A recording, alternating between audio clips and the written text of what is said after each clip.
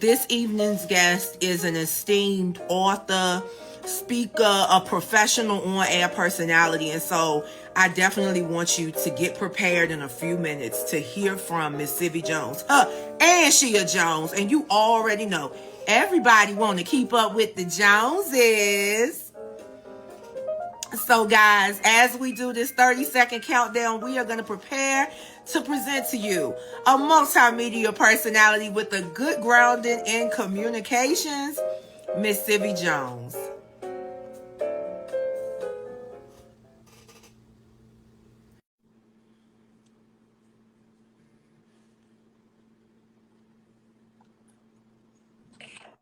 Hi. Hey there, how are you? I am well. Thank you for that beautiful introduction.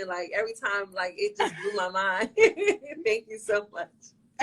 So look, first and foremost, I want to welcome you.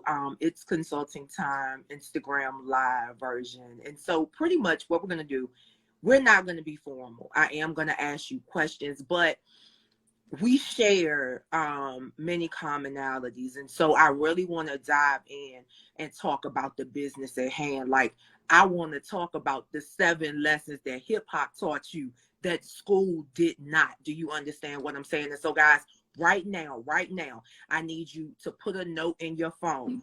Go and purchase 7 lessons hip hop taught me that school did not. She has it right there. Go on over there and purchase it. Also, pin this website, www.hiphoptaughtme.com. Those of us that cannot spell, www.hiphoptaughtme.com. Now, let's get busy. Let's get started. So, Civ, introduce yourself to the people. Well, I'm Civ Jones. I am a multimedia personality, activist, a advocate, a educator, an author. Now I am an author, a wife, and just a student and a lover of hip hop culture. Okay, so let's dive in. First and foremost, you let me out. You are a veteran. I am a veteran. Yes, that's right. That's I am a veteran. So I'm a veteran. Our hats off to you. Thank you so much for your service to the community, but also to we as women, because that is a job. Yes, it is. Yes, it is. Yes. All right. So let's just kind of go back, because I'm gonna assume, and I'm making an ass out of myself. So I'm gonna assume that writing really wasn't at the forefront of what you were planning to do. It was not. Tell us, when did you first realize that you needed to write this book? When I got fired from my job on being a radio personality. Okay. I got fired. It was during around the time of 2015, and I don't know if you're familiar with the uprising that happened in Baltimore during the Freddie Gray situation. Well, I was on radio at that time, and I'm one of those radio personalities, I'm all the way down, Black Power, I'm going to speak that. People know me as that. I always talk like that. And so I used that opportunity I was on the airwaves, you know what I'm saying? I'm like, wow, this is the moment. I'm about to go on these airwaves, and I'm just about to, I'm about to get the police, my work, I'm just going to go off. So I went off, and the advertisers did not like that at all. So my boss called me in, and he basically was like, you cost the station upwards of $10,000 of advertisers pulling their advertisement off because of the things that I was saying about the police. And they basically fired me, and they took me off the air. And at that point of time, I was doing really well in my business as being a personality. I had endorsements. I was doing radio. I was doing remotes. I was just really getting into becoming Civ Jones's radio personality. And when they took me off, I had nothing to show for it. I didn't sing. I wasn't a business owner. I wasn't anything. And so they took me off of this major platform, and I'm like, what am I left with? So I was like, if I ever do radio again, and I went on and do radio again, but I said, if I ever do radio again, I'm going to make sure that I have something to leave the people with. I'm gonna make sure that I have something that I can call my own, something that I'm not building their radio station up, but I'm building myself up as this personality. So I went in my mind, in myself, and thought like, well, what do I do well? And at that time I was blogging, and I was really into Baltimore hip hop. I was doing all kinds of events and just doing all kinds of shows for Baltimore hip hop and doing a lot of things with women involved with hip hop. So I said, well, the best thing that I know how to do is I can write a little bit. So let me go ahead and take, you know, some of my background and some of the things that I learned from hip hop and decided to write this book. So I ran away to California and decided that I was going to spend, you know, my unemployment check on the beach and just, you know, write this book. So that's what happened. And what, that was like 2015, 2022, what was that, like almost 8 years later, here we have it. Finally, this labor of love. It took me so long to get it out, but I finally completed, and this is what happened. This is what it is. So in this book, you talk about social currency, the power of the PUSSY. Okay, yes. I love the fact that you talk about politics and drugs, you know, running America. And it's so funny because when I saw that concept, I said, shit, well, I'm going to write about runs drugs. Yeah. Let's just be real about it. Right. So, Civ, you know, tell us a little bit, like, because no, we're not giving the book away, guys, because you're going to go buy it. But tell us a little bit of a few key takeaways that you want everybody to pull from this book. Well, one, I want people to kind of go deeper than what we see on the surface level when it comes to hip hop and rap music, right? Well, and to actually be able to separate the two. You know, hip hop is the culture, rap is what they do. And unfortunately, right now, we don't own rap. We still own hip hop. You know, there's still some of us that are schools and leaders of the hip hop culture, but when it comes to this rap game, we don't own it. We don't have a stake in it, right? And so I really wanted people to kind of go dive a little bit deeper. You know, we kind of tend to blame rappers and we tend to blame lyrics and rhymes for the things that are happening in the community, but not understanding where it actually came from. Like, for instance, with drugs, right? Drugs run America. We know that. We know that drugs didn't just appear here because the rapper told you to go pop a molly. You know what I'm saying? We know that. So where did drugs actually come from? How did drugs actually get into the Black community? We don't own no planes. We don't own no boats. You know, so how did it actually get here? So I really dived really, really deep. And I found out some, like, just the research that went behind this and the things that I uncovered was like, damn, like, this is a game and we have been set up for failure. So I really dove deep into, like, the government influence in dropping drugs in the Black community. Where did that come from? The Reagan era, Reagan economics, dealing with the Contras and Cuba. I mean, it's just like, it just blew my mind, with also Freeway, Ricky Ross Freeway, just hearing accounts of known drug dealers and popular drug dealers who said, hey, I was approached by the FBI. I was approached by somebody from the government to run drugs in America. You know what I'm saying? So, but we are usually the face of that, Black folks, you know, but we don't create this. We don't manufacture it. So how did it actually get here? And why are the rhymes so inundated with the drug influenced rhymes? So that's really what I want folks to take away from this book, is just to really understand why some MCs, why rappers do the things that they do and where it actually comes from. Okay. So guys, y'all already know I'm not sipping tea. I'm actually sipping Theraflu because your girl don't feel good at all. But my girl had to be here, and I was not gonna let her down. So I decided we're gonna push through and make it do what it do. But Civ, you have hit on so many high points, and you already know. See, it's so interesting. If you and I were on here bashing men or bashing women or gossiping or something, it would be flooded.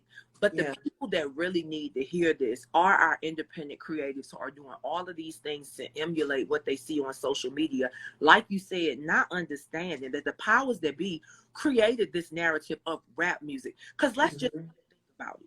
Let's think about it real good. Everything from, I'm going to say, the 90s back, where you hear more of our R&B tones, more our classic soul tones, it's still jumping. Yeah. But it's not on the mainstream stations. It's on where I'm from in Virginia, there's a station 104.3 that plays all the classics. You get what I'm saying? Right. And when you get in the car, the kids are going to listen to your 106.5 The Beat up in Richmond, your 94.5 here in Atlanta. And those are the stations. I hear none of the music that really made us groove back in the day anymore. Right. You remember? Absolutely. Remember when Lil Kim and them were rapping? Yeah, she was nasty as hell. But we were aware. We understood what she was saying. We knew better because it wasn't like it was being sold to us when she was rapping about it. You get what I'm saying? Absolutely. And there was a balance, you know, like we grew up in the time, like I grew up around Lil Kim, Foxy Brown. I mean, like they're the ones who really taught me about, you know, becoming a sexual being, you know, but I also had MC Light, Lauryn Hill, Queen Latifah to help me counteract that, right? But now, exactly. But now it's just one particular prototype of male and female rappers. You know what I'm saying? And Civ, let me ask you this. Can we even take it a step further and discuss this thing called hip hop and how even though rap music, and I will agree, rap music really is being attacked. But is it safe to say that rap music is being attacked because the wrong individuals are now perpetuating the crimes associated therewith? Yes, I understand what you're, yes. And I think it's also, I'm trying to keep it up here because you know where I'm going. Exactly. And also is that it affects us, you know, because young minds, right? When you don't have a understanding of the media and actually are media literate, you know what I'm saying? When I became media literate, so I understood that certain things that they was portraying was fake. Okay, remember with MTV Cribs, right? And we all thought that these rappers and these entertainers had these big ass cribs, and they were renting them, and they still renting them. Right. So that is so, but it took us to understand media literacy, like, oh, this shit is fake, right? But with young minds, they can't understand that some of this stuff is fake. And until they can understand that some of this stuff is fake, they emulate that. And what happens? We go to jail. We go to prison. We do all of these things where the other just look at our entertainment and just look at it for entertainment wise, right? Where we are emulating these things, thinking that it's going to get us to a certain situation because we see a rapper that looks like us, came from the same neighborhood, and we're hearing them saying these certain type of things that they did, or we think they did in their rhymes, but most likely probably 99% of the chance they didn't do it. They were sideline hustlers, or seeing the actual hustlers actually do it, and actually they're really good storytellers and was able to say what was happening in their hoods. But yet young minds who don't understand that this shit is fake go and emulate this stuff. And now what happens? Now we have the things that we have in the community. We have all this community violence. I don't like to say black on black crime because I believe that's a something that they have put in, because it's just community violence at the end of the day, you know? And we really got to get a hold on it and figure out why are our young people just wilding the hell out right now. Is it the music? You know, what is it? So, okay, let's just go there. Now, my assumption, based upon empirical evidence, is that intergenerational trauma is a major cause. Absolutely. Substance abuse is a second major cause because substances are utilized to suppress the things that are going on because of the intergenerational trauma. And then thirdly, what has always been the issue, babies having babies without an adequate support system. Because young folk been having babies all their lives. I mean, see, back in the day, your grandma took that baby and raised it as your sister. Okay. All of my grandmas and my mother had babies at 15, 14 years old. You know what I'm saying? And we were all, and we have a really good, you know, family. We had a really good support system. You know what I'm saying? And I think also, for me, it's the drug epidemic. You know, when crack cocaine hit the Black community in the 80s, not only did it take out the men, but it took out the women as well. Like, it affected everybody. Like, when crack came, it like tore, because like you said, in the 60s and the 50s and the 40s and the 60s, we always had single parents. We always had young mothers we had this, right? But what we didn't have was a influx of drugs in our community. And I really think when and that's from our brothers and our cousins selling it and then going to jail, getting 90, 80 years in jail for selling a piece of rock. You know what I'm saying? Some of them still in jail to this day. But we have murderers and rapists running around. Exactly. You know what I'm saying? So for me, I think it was drugs being put here in our community, and also dealing with the trauma. You know what I'm saying? Like, we have a lot of trauma that we don't deal with, right? And we don't know how to deal with it. You know what I'm saying? Just recently, because I come from a mental health background as well. After I left radio, I was working with the mental health company in Baltimore, Keys and Powers. Shout out to Keys. It's a Black-owned company filled with therapists and all kinds of people that deal with mental health. My fellow behavioral health practitioners. Yes, yeah, exactly. So I was able to actually go into the system and see how the family is really, the Black family is really, really dealing with some mental health issues, from the grandmama to the mother to the children. And it's all of these mental health issues that we're not dealing with, right? And it's just becoming so recently now that people are starting to say, you know what? I do need to go see someone. I am having a mental episode. You know what I'm saying? Now it's becoming not popular, but it's becoming a thing of like, you know what? Maybe I do need to see something, because remember, not even 10 years ago, you told somebody that you was going to go see someone. They're like, nah, you go pray about it.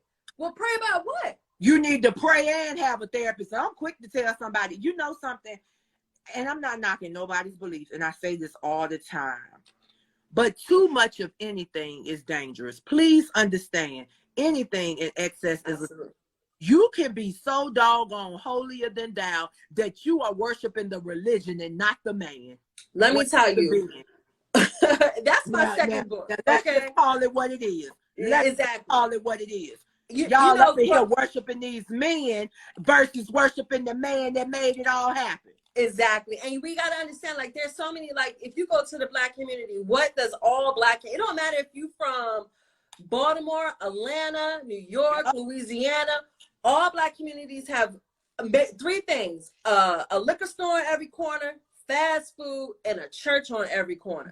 So we got all these places of worship and church. But why does the community still look the way it looked? I don't see where is God? You know what I'm saying? I mean, God is here. No, don't get me wrong. God is here. But where are the light bringers? Where are the children of God that's going out there to go, like God said, go and fish and go and get my people, right? And now we wonder why the church is dying. You know what I'm saying? Why the young people don't want nothing to do with no religion, no church, no nothing. They don't want nothing to do with it, because they see you by your fruits, and your fruit is rotten. Pastor, listen, cause you know what, and guys, listen, y'all already know, when I speak with somebody that is able to articulate what they're saying without motherfucking goddamn all that, we can really go there. When you really, let's just talk about history. Mm-hmm. A lot of I don't want to say sexual abuse, because I'm going to say more sexual coercion.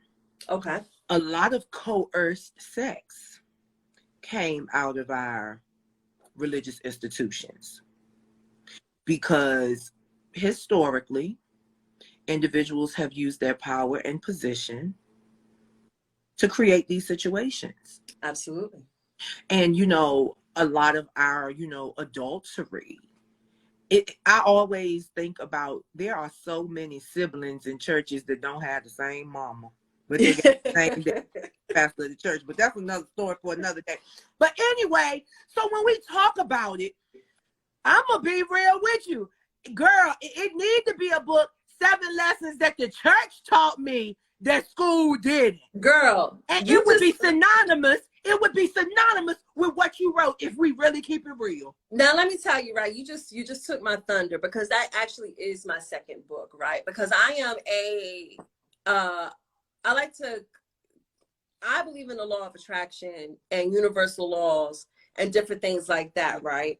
But I also have a Christian background. I didn't grow up in the church, but I found it later in my 20s, right? Absolutely. And a lot of the stuff that I was doing, it was always something in my background that was like, oh, this is witchcraft. This is da-da-da-da-da, And I'm like, hold on. And I had to really, really, really, really research that thing. Because the law of manifestation ain't nothing but, or the law of attraction ain't nothing but write the vision down and make it plain. So for every universal law, there's a scripture that backs it up, right? Hello, somebody. It is. It definitely is. Visualization and meditating ain't nothing but praying. You know what I'm saying? But the prophetess, what's the difference between the prophetess and a psychic? Like what really is the difference? One calls it God, the other one calls it the universe, but it's the same principles. So I really want, so that actually is my second book. I really wanted to dwell into, because I said what it is that I see too many of us, people of color, who are trapped, who are in slavery to these things that keep us in bondage, right?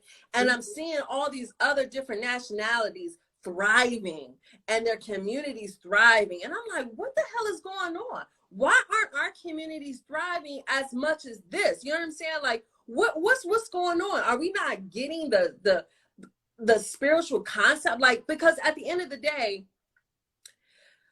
if you throw something up in the air and it falls down, that's gravity. It doesn't matter if you believe in God or not. If you throw something in the air, it's going to come down, right? So spiritual laws and spiritual principles are real. You know what I mean? But I think our people don't tap into that, because we have somebody, a preacher man or somebody, say that that's the devil or that's witchcraft and you shouldn't do that. And meanwhile, we over here slaving and being in bondage to what you say.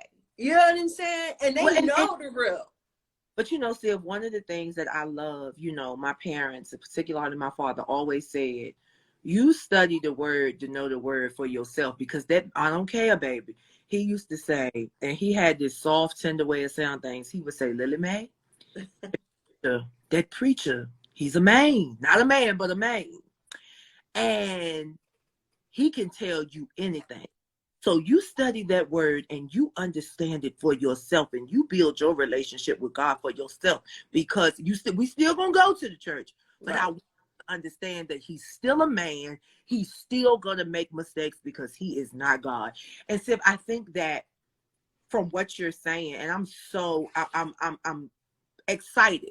I'm excited to hear that you're gonna go there, because that's something that I always try to incorporate in anything that I'm doing, because we're too busy. Let's just be real about it. Most independent journalists are too busy trying to chase a celebrity, to take a picture with a celebrity so we can post it on social media and make it seem like we know this person when they don't even know your name. Well, the thing is this, right?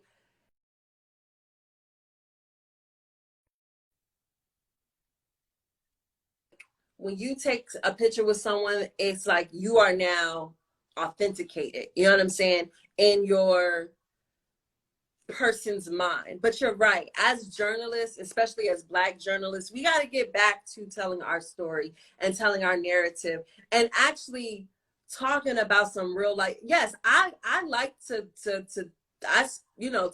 listen to gossip and read up on the gossip and stuff like that too. But I realized that I'm not being fed, right? Like, I need to be fed. I want to hear some real like journalism. I want to know what's going on in your community. Like, who are the journalists in the community? You know what I'm saying? Like, who's writing about what's happening in our world? Why is everybody so inundated with like celebrity gossip? That shit is trash at the end of the day. It's entertaining. It's definitely entertaining. But look at where we at. Word. Entertainment. Entertainment was put here for that purpose, to entertain us, to amuse us, to make us laugh, make us cry, make us act a fool. But at the end of the day, guys, come back to your reality. Go and purchase this book, The 7 Things Hip Hop Taught You That School Didn't. Right. Go on over to www.hiphoptaughtme.com right now and purchase her book. Now, Civ, give us some final words for our viewers.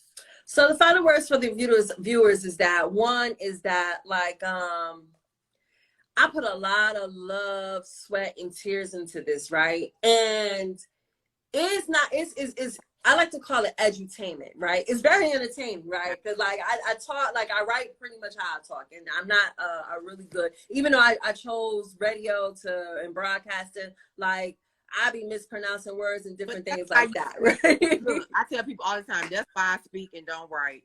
Exactly. But I really want people to really get this and really dwell deep, and especially if you have children. Like this book it should be able to, for you to, when you're listening to music and your children in the car, you know what I'm saying? Like, ask them, what does that song mean to you? You know what I'm saying? When they're talking about pussy popping on a handstand and all this other stuff, like, is your daughter really in her room pussy popping on a handstand while she's recording and putting it on them? So, you know what I mean? Putting it on social media. Like, we really need to really be understanding of what our children are listening to, what you are listening to, and really take back our culture, right? Like, we had blues, we had rock and roll, we had all of these things, and we had jazz. Look what happened to these Black art forms, right? Are we going to allow that same thing to happen to hip hop and rap culture? We don't own it. You know what I'm saying? Well, now we're kind of getting back to that,